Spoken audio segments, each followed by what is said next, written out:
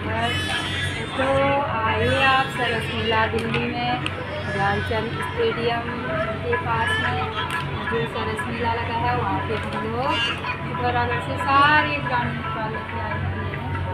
तो दिल्ली वालों का काफ़ी सपोर्ट रहता है हमारे लिए, जो अच्छे रेट में हमारी गाड़ी को खरीदते हैं।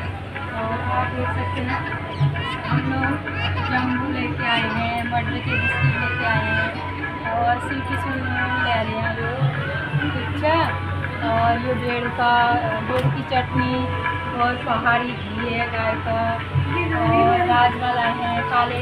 ये देखिए हम काले भट्टी लेके आए हैं। जो कोई भी हमारे उत्तराखंड की दिल्ली में रहते हैं, एक बार आप जरूर आइए हमारे स्टॉल में। हमारा स्टॉल नंबर 122।